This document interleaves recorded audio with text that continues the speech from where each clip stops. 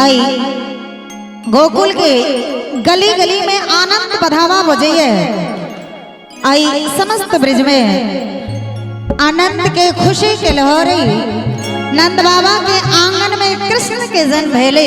ताई में सखी समुदाय अपन अपन पसंदक चीज मंगै छे। ताई में कहे छे कि कंगन लेबो हे ललना के बधैया, ललना के बधैया, ललना के बधैया, ललना के बधैया, ललना के बधैया। कंगन लेबो, कंगन लेबो हे कंगन लेबो हे ललना के बधैया। कंगन लेबो हे ललना के बधैया, ललना के बधैया, ललना के बधैया, ललना के बधैया, ललना के बधैया। कंगन लेबो हे कंगन लेबो, कंगन लेबो हे ललना के बधैया। कंगन लेबो हे ललना के बधैया। अपने सबसे आदित्य फिल्म एंड म्यूजिक के शानदार प्रस्तुति।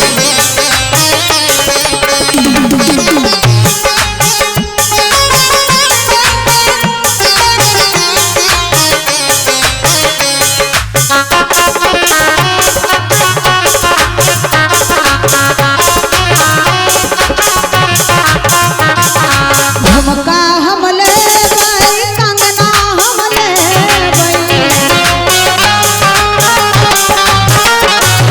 झुमका हमले बाई, झुमका हमले बाई, हाँ झुमका हमले बाई, झुमका हमले बाई, कंगना हमले बाई। अरे झुमका हमले बाई आ कंगना हमले बई आ और की लेबई कही छै नंद बाबा के कि हंसली लेबई, हंसली लेबई, हंसली लेबई। आ मीठ मीठ ताली बजा के अहू सब अपन मन पसंदक चीज मांगी आई। आ कही कि हंसली लेबई हे ललना के बधैया, हंसली लेबई हे ललना के बधैया। कंगना लेबई हे ललना के बधैया, कंगना लेबई हे ललना के बधैया। अपने सबसे आदित्य फिल्म एंड म्यूजिक के शानदार प्रस्तुति।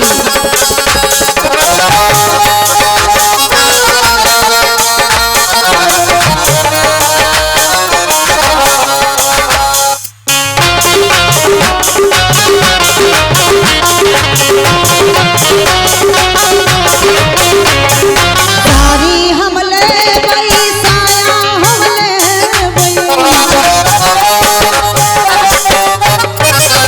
सारी हमले बई, सारी हमले बई, सारी हमले बई, सारी हमले बई, सखी साया हमले बई।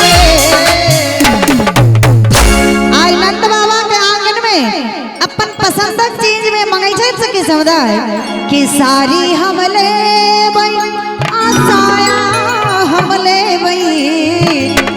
आहे सखी आ और की मंगै छै त कहे छै कि पायल लेबई हे पायल लेबई, आ पायल लेबई हे ललना के बधैया। पायल लेबई हे ललना के बधैया, कंगन लेबई हे ललना के बधैया, कंगन लेबई हे ललना के बधैया।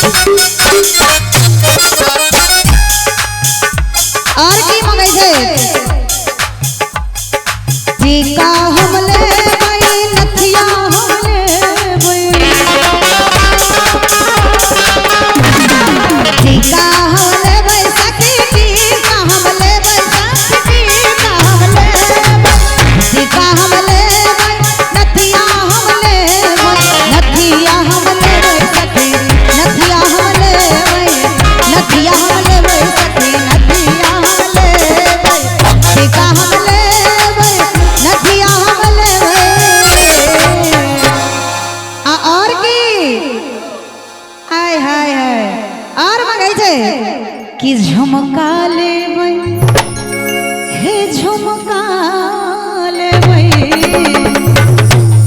झुमका लेबै आ तनी ताली बजा के अहू से मांगू अपना खाला आ झुमका लेबै हे ललना के बधैया झुमका लेबै हे ललना के बधैया कंगन लेबै हे ललना के बधैया कंगन लेबै हे ललना के बधैया कंगन लेबै हे ललना के बधैया कंगन लेबै हे ललना के बधैया